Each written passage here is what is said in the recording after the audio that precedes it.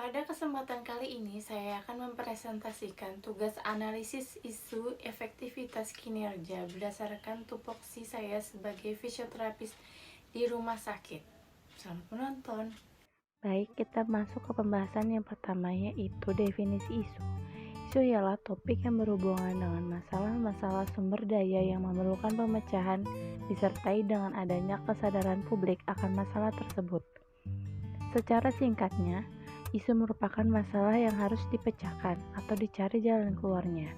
Oleh karena itu, diperlukan langkah-langkah untuk menganalisis suatu isu sehingga kita dapat menemukan strategi pemecahan masalahnya. Dalam presentasi saya ini, saya akan menguraikan analisis isu yang berkaitan dengan kinerja saya sebagai seorang fisioterapis di rumah sakit jiwa. Tahap pertama dalam analisis isu adalah tahap pra-analisis.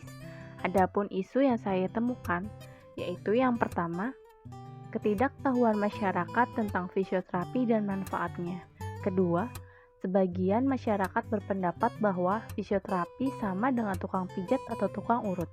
Yang ketiga, ketidaktahuan masyarakat bahwa fisioterapi di rumah sakit jiwa dapat melayani pasien dewasa umum, bukan hanya pasien khusus jiwa. Kemudian kita menemukan isu dengan metode APKL dan masukkan ke dalam tabel dengan A itu sebagai aktual benar-benar terjadi, P problematik masalah yang harus kita cari solusinya, K kelayakan isu yang menyangkut tujuan orang banyak, L kelayakan isu yang masuk akal dan realistis. Nah, dengan isu nomor 1, ketidaktahuan masyarakat tentang fisioterapi dan manfaatnya, A bernilai 5, P bernilai 5, K bernilai 4, L bernilai 4 dengan total 18. Yang menjadi prioritas utama. Yang kedua, isunya sebagian masyarakat berpendapat bahwa fisioterapi sama dengan tukang pijat. A bernilai 5, P bernilai 4, K bernilai 4, L bernilai 4 dengan total 17. Lalu yang terakhir, ketidaktahuan masyarakat bahwa fisioterapi di RSJ dapat melayani pasien dewasa umum bukan hanya pasien khusus jiwa. A bernilai 4, P bernilai 4, K bernilai 4, L bernilai 4 dengan total nilai 16. Setelah menemukan isu-isu kritikal tadi, selanjutnya dilakukan penapisan isu agar dapat memahami isu tersebut secara utuh. Kemudian, menggunakan kemampuan berpikir konseptual untuk dicarikan alternatif jalan keluar pemecahan isu. Di sini, saya menggunakan metode USG untuk menepis isu-isu yang ada. U itu berarti urgensi, yaitu seberapa mendesak isu tersebut harus dibahas, dianalisis, dan ditindaklanjuti. S-nya yaitu seriousness, seberapa serius isu tersebut perlu dibahas, dikaitkan dengan akibat yang akan ditimbulkan. G itu growth, yaitu seberapa besar kemungkinan memburuknya isu tersebut jika tidak ditangani dengan segera. Kemudian, isu tersebut kita masukkan ke dalam tabel, yaitu yang pertama, ketidaktahuan masyarakat tentang fisioterapi dan manfaatnya. U-nya bernilai 5, S-nya 4, G-nya 5, total nilainya 14. Yang kedua, sebagian masyarakat berpendapat bahwa fisioterapi sama dengan tukang pijat atau tukang urut. U-nya bernilai 4, S-nya 5, G-nya 4, total nilai 13. Yang ketiga, ketidaktahuan masyarakat bahwa fisioterapi di rumah sakit jiwa dapat melayani pasien dewasa umum, bukan hanya pasien khusus jiwa. U-nya bernilai 4, S-nya 4, G-nya 4, totalnya 12. Sehingga dari ketiga isu tersebut, nilai total yang tertinggi adalah isu yang pertama. Nah, isu yang pertama inilah yang akan kita angkat untuk dianalisis lebih lanjut.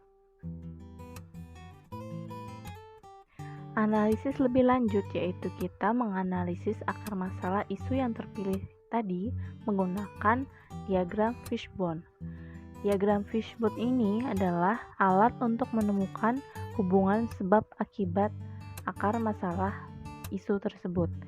Ada 4 kategori akar masalahnya, yaitu surroundings atau lingkungan, informasi dari mulut ke mulut, belum mengenal peran fisioterapi dan manfaatnya. Yang kedua, sistem, kurangnya sosialisasi dan edukasi. Ada skill, kurangnya pengetahuan masyarakat, dan adanya jasa tukang pijat atau tukang urut. Keempat, supplier, kurangnya tersedia media informasi atau promosi, sehingga mengakibatkan ketidaktahuan masyarakat tentang fisioterapi dan manfaatnya. Kemudian, kita menganalisis pemecahan masalah menggunakan SWOT. Analisis SWOT ini digunakan untuk mengidentifikasi berbagai faktor secara sistematis untuk merumuskan suatu strategi. Dari isu tersebut dan akar permasalahannya, kita dapat merumuskan strength atau kekuatan, weakness atau kelemahan, opportunity atau peluang, threat atau ancaman. Yang pertama, strength atau kekuatan. Itu terdiri dari terdapat 6 fisioterapis di rumah sakit jiwa. Yang kedua, pendidikan tenaga fisioterapis paling tinggi adalah profesi fisioterapis. Ketiga, skill fisioterapi yang memadai. Yang kedua ada weakness atau kelemahan, kurangnya sosialisasi kepada masyarakat. Biaya pelayanan fisioterapis lebih mahal daripada tukang urut atau tukang pijat. Yang ketiga, opportunity atau peluang. Masyarakat mendapatkan pelayanan prima di rumah sakit. Yang kedua, berkurangnya problem yang dirasakan setelah terapi di polifisioterapi. Dan yang terakhir ada threat atau ancaman, yaitu meningkatnya ketidaktahuan masyarakat tentang fisioterapi. Kedua, terjadinya persaingan antara fisioterapis dan tukang pijat. Adapun untuk alternatif pemecahan masalah dimasukkan ke dalam tabel.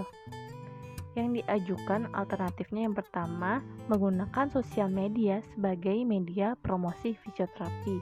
Kemudian tahapan alternatif, membuat akun Instagram dan TikTok.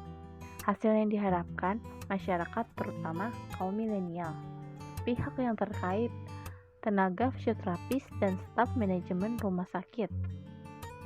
Lalu alternatif yang kedua, menyebarkan brosur atau flyer dan melakukan sosialisasi kepada masyarakat untuk mempromosikan keberadaan fisioterapi.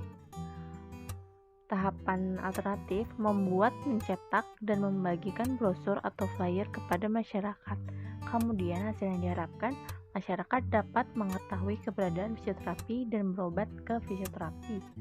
Pihak yang terkait ada tenaga fisioterapis, kepala instalasi rehabilitasi medik, kepala seksi sumber daya penunjang diagnostik dan terapi. Demikian presentasi saya mengenai tugas isu efektivitas kinerja berdasarkan tupoksi sebagai fisioterapis di rumah sakit.